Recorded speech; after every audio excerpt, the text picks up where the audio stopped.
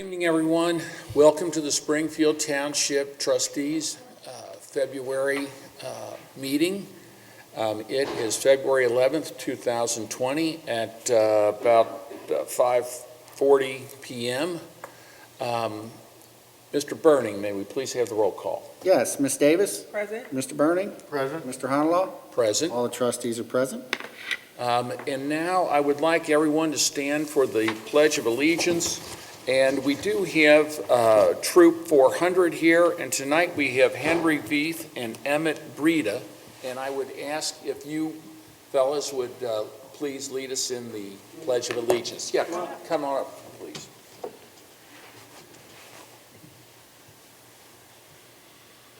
I pledge allegiance to the flag of the United States of America and to the republic for which it stands, one nation, under God, indivisible, with liberty and justice for all. Thank you. Thank you very much.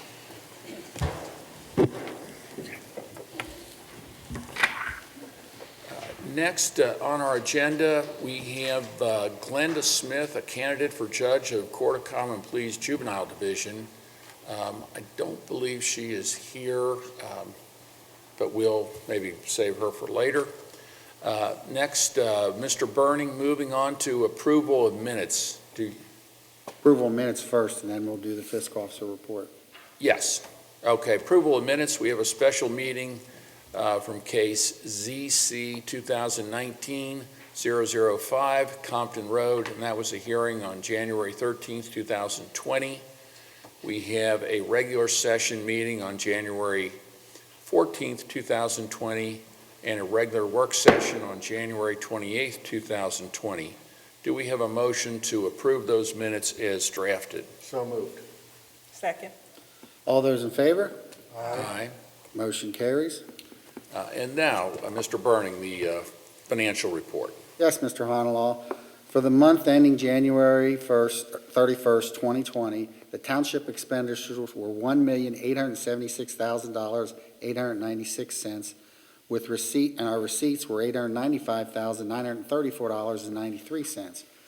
The cash balance of $17,576,639.24 includes obligations for expenditures, payroll, regular operating costs, ongoing capital improvements, projects, and investments.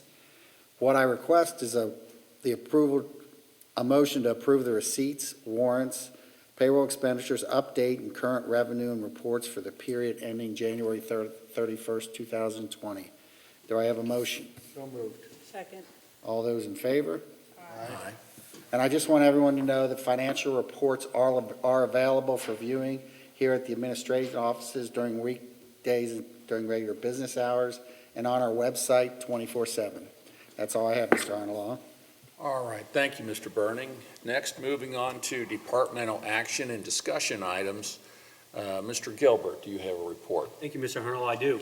I just have a few action items tonight. The first is Medi-Account Management Agreement. I'm looking for an authorization to sign that agreement, and as the board is aware, Medi-Account is the firm that we utilize to do our EMS billing. And Chief, I don't know if you want to elaborate on exactly why we're looking at renewing the agreement other than it's expiring, correct? That's correct. It's expiring, and also they have asked for a slight increase of 0.25 increase, and that's to be competitive in the market. Their service has actually met or exceeded expectations in some cases over that contract period, so my recommendation is that we renew the contract with the slight increase as requested. Thank you. So their new rate will be 6 No, it's not. Help me out here, Laura. It was a 0.25 increase. 0.25. Okay, yeah. Yeah, 0.25, thank you. So their new rate will be 6.75%. That's correct, yes. Yes. Okay. So just, again, seeking a motion authorizing the administrator to sign that agreement. Do we have a motion? So moved. Second. All those in favor? Aye. Aye. Motion carries. Secondly, I have Mr. Schneider, our director of the community arts facility, as well as the Grove Banquet Hall, has requested an increase in the rental rates for those two facilities. And again, that's, as we do customarily, look at the market and make sure that we are charging a rental rate that's commensurate with what a like facility can generate in the rental market. So that is what he is requesting. And again, if the board so desires, just a motion to approve the increase in rental rates. Any comments on this? No. Do we have a motion? So moved. Seconded? All those in favor? Aye. Motion carries. And, Sorry, go ahead. I would just like to say one thing on this. We have been very successful with the community center and the Grove, that we've been able to make those sustaining operations. They're able to bring in enough funds to run to run those. They're a great, asset, I think, to the community and to the township. They provide the space so that we can do a lot of the community, programming that we do, that Kim works on with the Arts Council. So it's important we keep these things. We're investing money in them. We're going to be fixing them up to make them even nicer, but it's important that we keep our rates competitive. No, I think you're right, Joe. And as we'll see later when we get to the resolutions, we have a resolution to basically sell approximately $1.3 million in bonds, and those are going to be placed at a very competitive rate with our local bank, Northside Bank. And I see Brenda is in the audience. Brenda Weimer, our bond counsel, is here to answer any questions relative to that. But we simply look at that as an investment into those facilities that will provide a return and a dividend over years, not only from the quality of life events that take place there for residents, but directly from a monetary standpoint, the revenue generated by renting those facilities. So this $1.3 million investment into those facilities will pay for itself many, many times over. The beautiful part about it is the majority of the debt service on the $1.3 million we're talking about is going to be paid for by the TIF district, the Tax Increment Financing District, which was established 18 years ago, 20 years ago, that will, it can only be used, frankly, for purposes such as this. And so it won't take away from the revenue used for general fund operations, whether it be roads or anything else. The TIF revenue is a dedicated revenue source that can only be used for very narrow and specific purposes. So the majority of the debt service on the $1.3 million will be paid for by that TIF district, which I think even makes the investment more palatable and make more sense. So Well, with the new Grove, I did notice the increases were almost fairly substantial for the Grove, because we're going to have basically a brand-new Grove inside, so it should be a much nicer facility for the reception and whatnot that we have there. Sure. Under discussion items, just a personnel update. We only have one item, which is the beginning of Sam Hennekamp as a part-time laborer in the Public Works Department.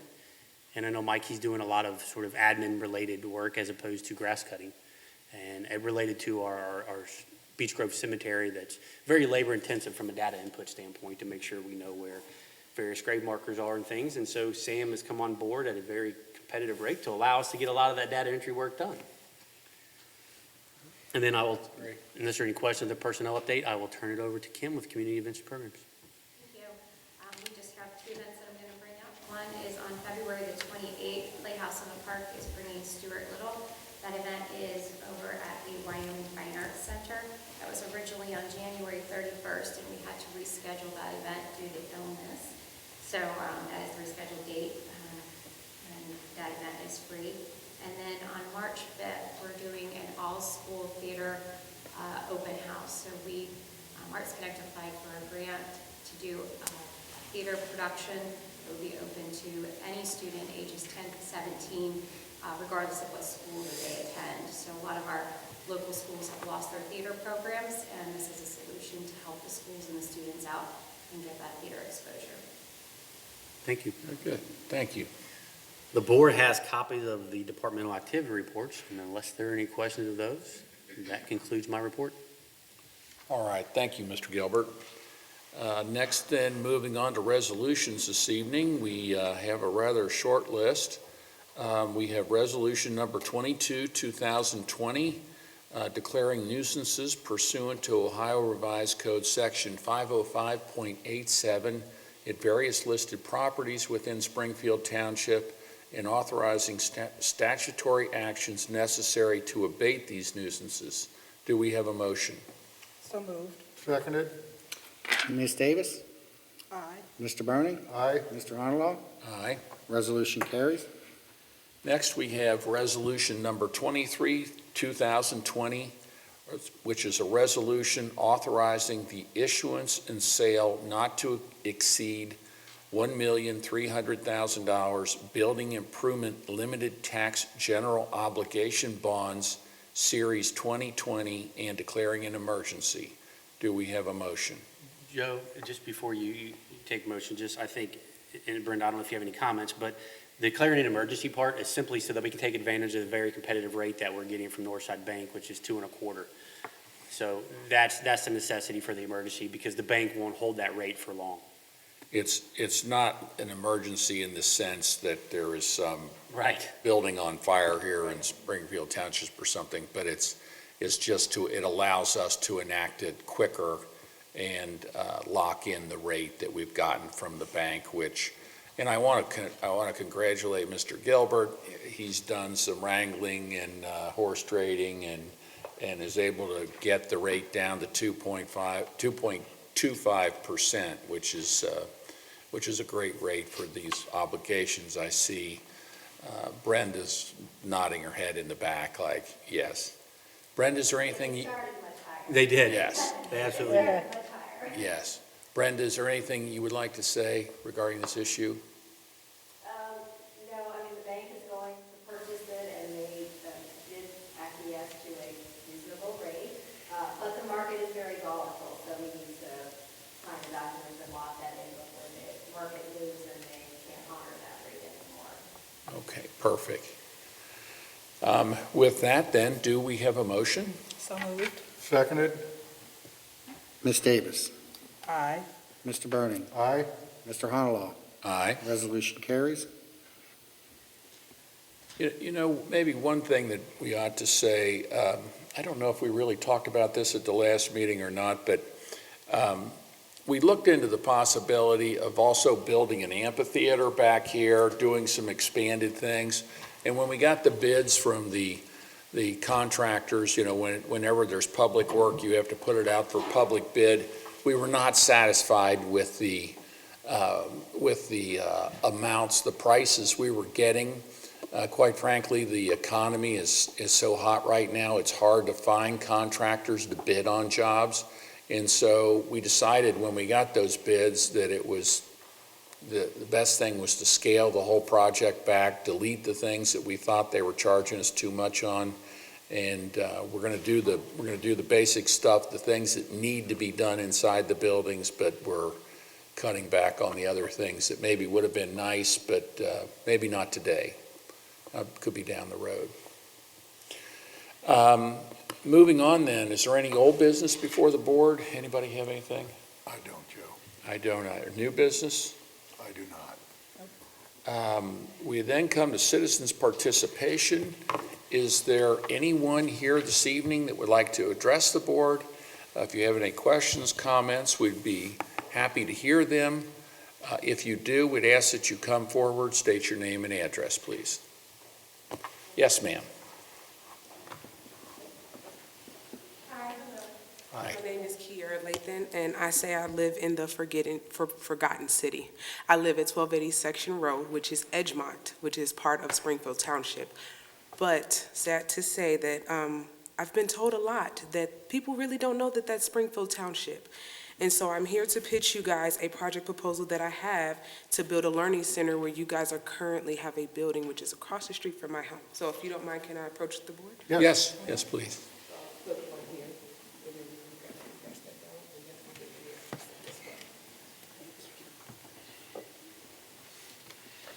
We are fully aware that Edgemont is part of the town. Yes. I am. People are like, you live where? I'm like, I swear it's not Roseline. Now, But that's, if I may ask, you said where we currently have a building? yes, so you guys currently are getting rid of debris and trash that is buildings. It's a section, if you see it in the pamphlet, it is a section of land that I want to buy from you guys to build a learning center. And not just a learning center, but I want the money that comes from this learning center, partially of it, to help build the community. We have no sidewalks. We don't even, the roads aren't as great. I remember seeing my neighbors running, and they stopped because of the crime around us, or people trying to walk their dogs, and they don't do that anymore. So I want to build what you see there, to not only help Springfield Township, but the communities around us. And I hope that from the things that you see there will bring in money to help build our community. You are aware we don't own that property. When I looked online, it said it was part of Spring, it's right across the street from, it's, This property that you have outlined here, yes. we do not own that. It's in Springfield. It's in Springfield Township, but we do not own it. Okay, do you know who owns it? We do. Okay. It's a doctor out of Mason that owns it. And ironically, Ms. Kennedy and I were just speaking about this property probably a half an hour ago. And so it is formerly owned by Quantum Chemical. Okay. It went into foreclosure after Quantum Chemical left, many years after they left. And then this doctor acquired it and has been sitting on it now for years. Okay. We have levied many violations against him for not taking care of the property. However, he is willing to sell it, in our opinion, for far more than probably what it's worth, which is probably why it's still vacant. But just to be clear, we do not own it and really have no control over Well, I would the definitely. sale of the property. Okay, well, I would definitely love his information. I do have a realtor and a financial advisor Okay. who is willing to help me with this program and willing to meet them with the money that he wants, so. We would be happy to give you his contact information Thank after the you. meeting, and good luck. Absolutely, thank you so much. Thank you, guys. Sounds to me like he might be difficult, but I don't know. I would tell you one other thing, if that turns out that isn't the property that you can acquire, it might be worthwhile to talk to the Port Authority, and it's now called the Cincinnati, or what is it now, Greater Cincinnati Redevelopment Authority, and I know that they are interested in redeveloping that part of Hamilton County, really pretty much all parts of Hamilton County, and they might be able to assist you in trying to find the right piece of property in the neighborhood. I definitely have my notes and things inquiring about that. There's just been illegal transactions and homeless people living there, and I just want to make it better, just to put stuff in. So, You and we both want Yeah. to make it better, which is, again, what Ms. Kennedy and I were talking about a little bit ago. How do we improve that property? So talk to Kathleen after the meeting, and Okay. we'll fill you in. all right, thank you. Thanks. Thank you. Thank you. Thank you. Is there anyone else that would like to address the board this evening? Yes, sir. Yes, please state your name and address. Emmett Brita, 7417 View Place Drive. There is a house that is like west of Stephanie Hummer Park, and it has how do I describe it? It's like a mobile home that doesn't have the foundation. I was like wondering, how does that apply to the zoning board, and is that like a thing? Where is it? It's west of Stephanie Hummer Park. It's directly, we know where it is. Yeah. Kathleen and I had talked about it. What? Access, you have an easement into Wilder it's in the bend, north bend, west of Stephanie Hummer. It's just in front of the piece of property that we own on North Bend. Okay. Yeah, so I'll turn it over to Kathleen if the board doesn't mind. She's been dealing with this issue. Yeah, I'm glad that you're here. I talked to your mom a few days ago about this question, so I'm glad you're bringing it up. It has been reported that there was an accessory structure placed in between property that we own on North Bend and the back end of Central Park, the condominiums. I have placed a notice in the system that we use to maintain all these violations, and a code enforcement officer did go out to inspect the property. It was placed there on the property without a zoning certificate issued, so the property owner has been made aware that he's going to need to go through the proper channels to keep that accessory structure there. So we are actively working with the property owner to bring it into compliance. What makes it in compliance or out of compliance? There are a couple things. So from the township's perspective, what we're looking at is whether or not the accessory structure, in zoning, we're looking at whether or not structures are placed in the correct location and size on a piece of property. So one of the things that we consider when we think about accessory structures is the placement, how close they are to property lines, how close they are to the principal structure, so in this case, the house on the property.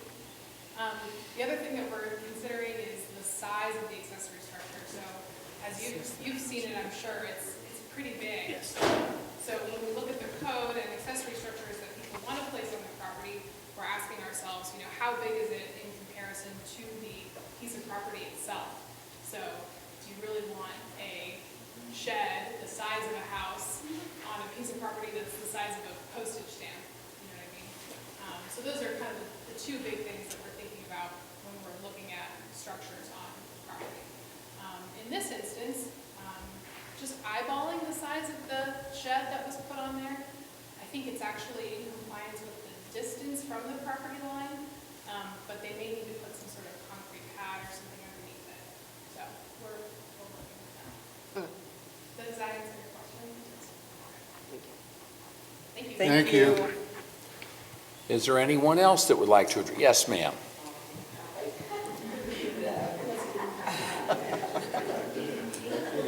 He wanted a high five.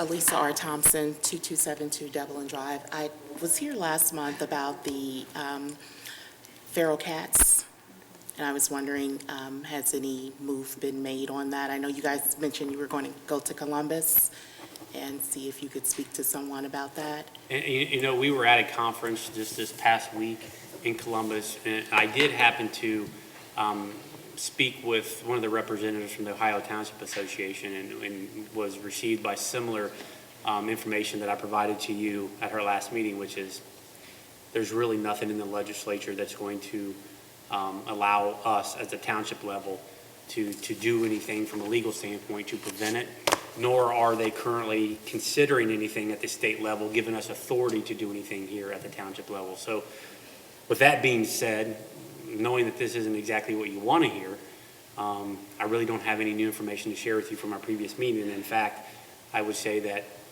it doesn't look likely that the township is going to have any legal authority to do anything regarding feral cats anytime soon. And them being fed, because incidentally, maybe a week or so after our last meeting here, my property was damaged in order for the cats to just swing in and out of. The fence was broken, like sawed off, so Really? that they, have easier access to my yard. I did file a police report. No one, I didn't accuse anyone, but it's ironic that maybe a week or so after our meeting regarding the cats that my property was damaged. It is So ironic, and I can tell you what because I told you at remember that meeting, you I have mentioned something a about similar issue at my property. And after that meeting, not a few days later, I went and bought a trap. Now, have I trapped a cat yet? No. what type of trapping? It's a large, it's called Have a Heart is the brand. Have-A-Heart? Have a Heart.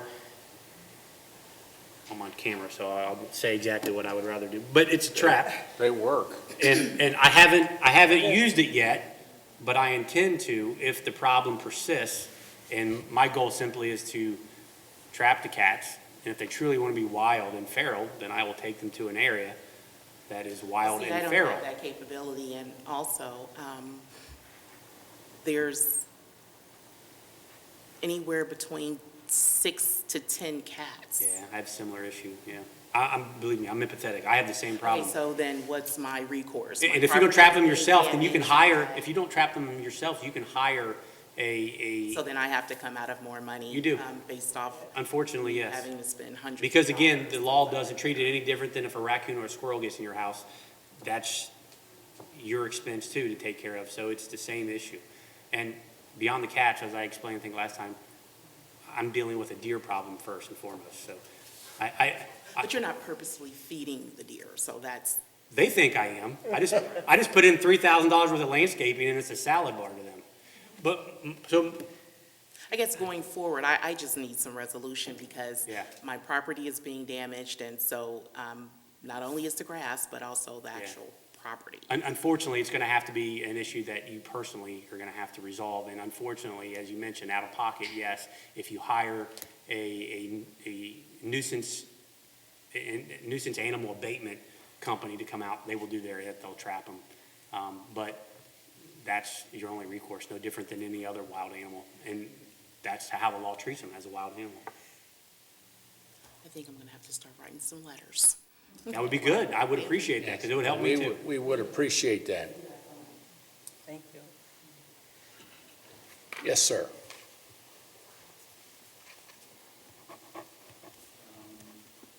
David Brita, 7417 V Place. You guys had mentioned earlier there was a TIF district. I was Correct. not aware there was a TIF district. I was wondering if you could explain where it was. Yeah, it's on Winton Road between Fleming and Galbraith. So it's all the commercial properties on Winton Road between Fleming and Galbraith. Okay, where all the signs and stuff are at, basically? Correct. Yeah, okay. And how far back, does that go all the way back to, basically it's all that business district? Commercial properties along Winton, yes. Okay, thank you.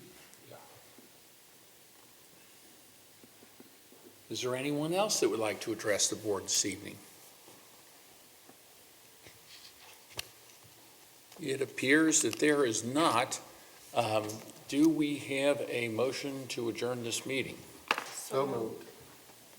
Second. Guys are messing me up. All in favor? Aye. Meeting's adjourned. Thank wanna- you all for coming. Thank everybody, yes. And I believe, are these,